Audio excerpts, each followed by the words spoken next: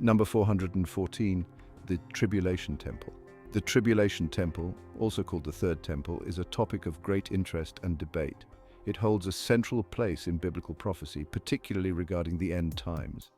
This temple, prophesied to be rebuilt in Jerusalem, is not just a religious structure, it is a key element in God's plan for the future. The Bible tells us that this temple will be desecrated. This will be a sign of the arrival of the Antichrist. The Antichrist will establish himself as a god in this temple. He will demand the world's worship. This event, known as the Abomination of Desolation, will mark the midpoint of the tribulation period. This period will be a time of unprecedented hardship and suffering, but it will also be a time when God's judgment is poured out on the earth. The Tribulation Temple's significance extends beyond its physical structure. It represents the attainment of the end times and the beginning of the fulfillment of God's promises to his people. It serves as a reminder that all of God's plans will come to pass. His timing is perfect, even if it doesn't align with our understanding.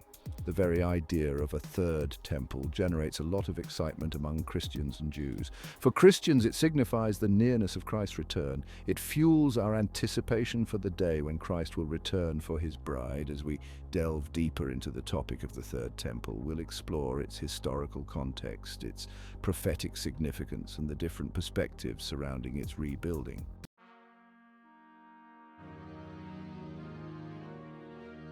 To understand the significance of the Third Temple, we need to look back at the history of the first two temples.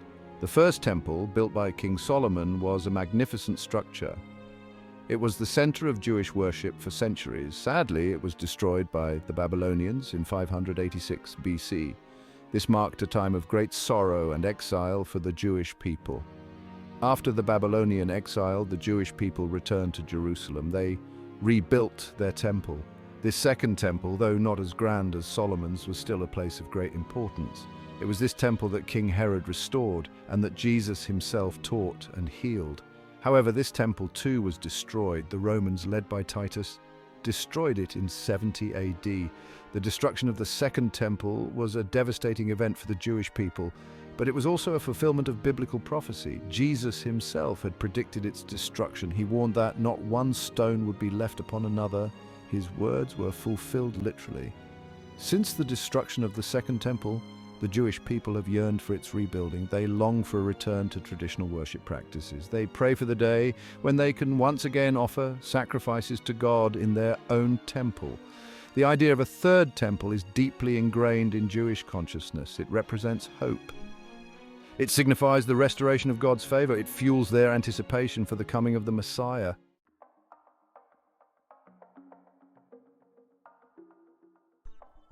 The Third Temple is not just a historical footnote, it is deeply intertwined with biblical prophecy.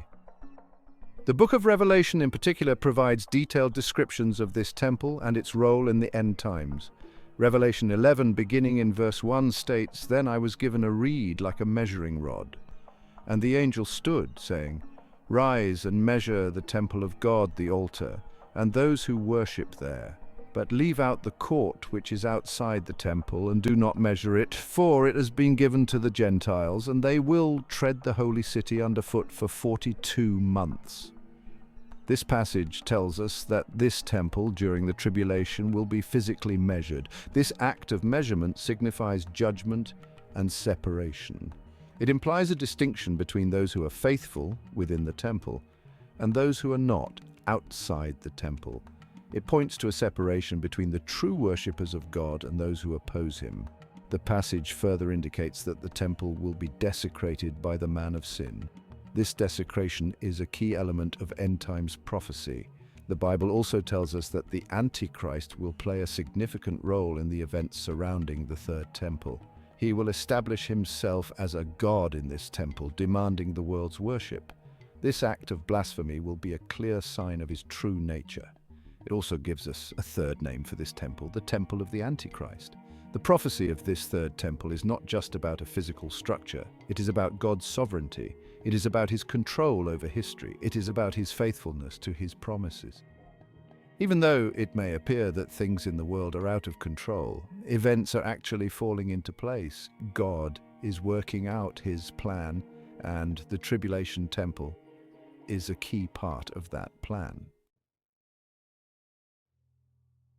The term abomination of desolation is mentioned several times in the Bible, both in the Old and New Testaments. It refers to a specific event that will take place in the end times, involving the desecration of the Third Temple. Daniel 9:27 provides a key passage about this event. Then he shall confirm a covenant with many for 1 week, but in the middle of the week he shall bring an end to sacrifice and offering, and on the wing of abominations shall be one who makes desolate, even until the consummation which is determined is poured out on the desolate. This passage tells us that the Antichrist will make a covenant with Israel for 1 week or 1/7, a period of 7 years. However, he will break this covenant in the middle of the 7-year tribulation period. At that time he will set himself up as God in the temple. He will put a stop to all Jewish sacrifices and offerings. This act of desecration is the abomination of desolation. Jesus himself referred to the abomination of desolation in Matthew 24:15. Therefore, when you see the abomination of desolation spoken of by Daniel the prophet, standing in the holy place, whoever reads, let him understand. Jesus' words confirmed that the abomination of desolation is a future event. It is a sign that Daniel's prophecy of the 7-year tribulation period is certain. It will happen. It is a warning to those who remain and dwell on the earth that difficult times are ahead. The abomination of desolation is a pivotal event in biblical prophecy. It marks a turning point in history. It signals the beginning of the 7 trumpet and 7 bowl judgments. It is a reminder that God will not tolerate sin forever. A time of tribulation. The tribulation period is a 7-year period described in detail in the book of Revelation. It is a time of unprecedented hardship and suffering, marked by natural and supernatural disasters, wars, famines, and persecution. The arrival of the Antichrist marks the beginning of the tribulation period. Once the Antichrist desecrates the temple, God's judgment will be unleashed on the earth. This judgment will come in the form of 7 seals, 7 trumpets, and 7 bowls of God's wrath. Revelation 6-16 provides a vivid description of these judgments. The seals will unleash war, famine, and death. The trumpets will bring plagues, earthquakes, and cosmic disturbances. The bowls will pour out God's wrath on the earth, culminating in a final battle against the forces of evil. The tribulation period is not a time for the faint of heart. It is a time of great testing and trial. But it is also a time when God's power and faithfulness will be on full display. He will protect his people. He will judge the wicked. He will ultimately triumph over evil. The tribulation period is a stark reminder that we live in a fallen world. It is a time when the consequences of sin will be fully realized, but it is also a time of hope. It is a time when God will demonstrate his power and righteousness. It is a time when he will make all things new.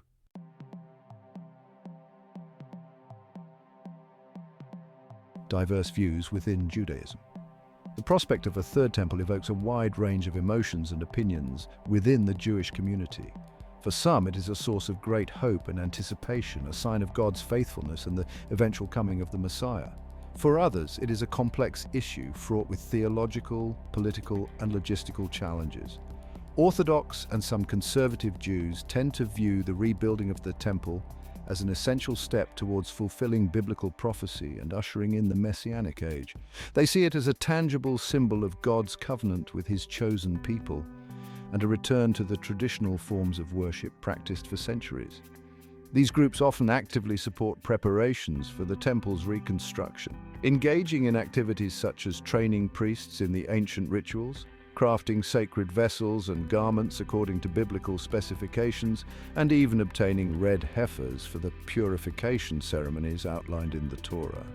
They believe that by preparing for the temple, they are participating in God's divine plan.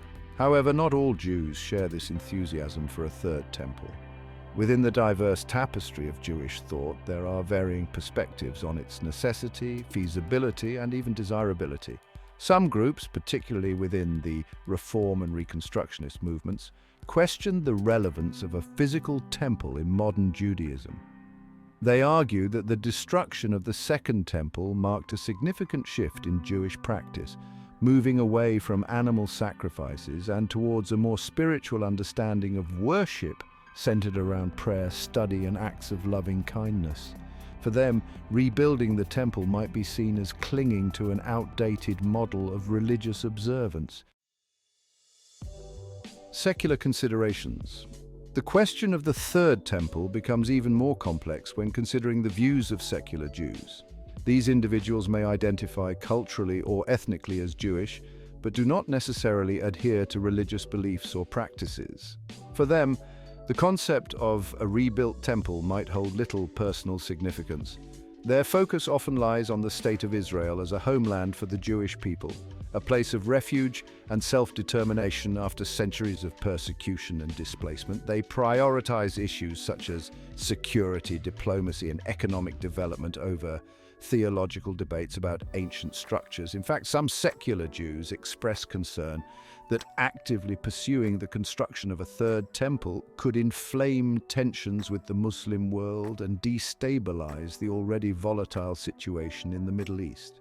They argue that prioritizing religious claims over peaceful coexistence could jeopardize Israel's hard-won security and international standing. Furthermore, the secular perspective often emphasizes the importance of separation between religion and state. They believe that Israel should function as a democracy guaranteeing equal rights and freedoms for all its citizens, regardless of religious affiliation. Rebuilding the temple, in their view, might be perceived as prioritizing one religion over others and could potentially undermine Israel's commitment to pluralism. Adding another layer to this intricate tapestry is the question of the Temple Mount itself. The site revered by Jews as the location of the First and Second Temples and by Muslims as the noble sanctuary, home to the Al-Aqsa Mosque and the Dome of the Rock. This small plateau in Jerusalem represents one of the most contested religious sites in the world, a focal point for both faith and conflict. For Muslims, the Al-Aqsa Mosque holds immense spiritual significance. It is considered the third holiest site in Islam, after the Kaaba in Mecca and the Prophet's Mosque in Medina. Muslims believe that the Prophet Muhammad ascended to heaven from this location during his night journey, making it a place of deep veneration and pilgrimage. The Dome of the Rock, with its golden dome gleaming over the Jerusalem skyline, further accentuates the site's importance to Muslims. It is believed to enshrine the foundation stone, the rock from which Muslims believe Muhammad ascended to heaven, and which Jews revere as the site where Abraham prepared to sacrifice his son Isaac. The presence of these revered Islamic structures on the Temple Mount presents a formidable obstacle to the rebuilding of the Jewish temple. Any attempt to alter the status quo at this highly sensitive location could ignite religious tensions and potentially escalate into a wider conflict. Some have proposed alternative solutions, such as building the third temple alongside the existing mosques or relocating the mosques to another location. However, such proposals are met with strong opposition from both sides, making a peaceful resolution seem elusive. The question of the Temple Mount highlights the challenges of reconciling competing religious claims in a region steeped in history and conflict. It underscores the need for dialogue, understanding, and a commitment to peaceful coexistence. The Temple Mount, a place of profound religious significance for both Jews and Muslims, stands as a stark reminder of the complexities inherent in pursuing the construction of a third temple. For Jews, the Temple Mount represents the very heart of their spiritual heritage, the place where their ancestors worshipped God and offered sacrifices for generations. It is the place where, according to Jewish tradition, God's presence dwelt most powerfully on earth.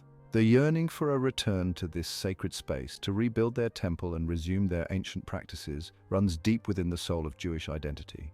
It is a yearning fueled by centuries of exile, persecution, and longing for a return to their spiritual homeland.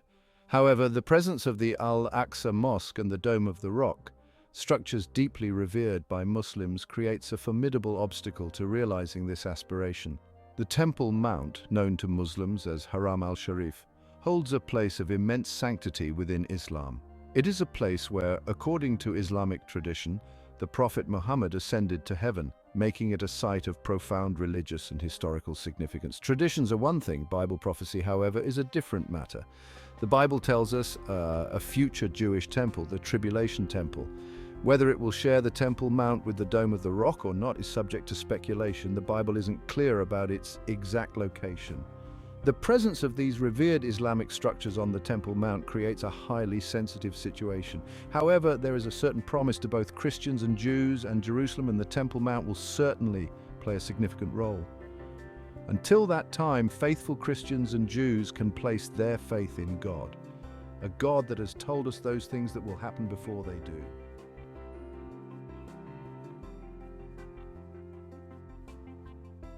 Thank you for joining us on Prophecy Countdown with Pastor Ken Baer. Don't leave without first sharing the latest episode with your friends. Be sure to join us again for the latest updates on Prophecy Countdown.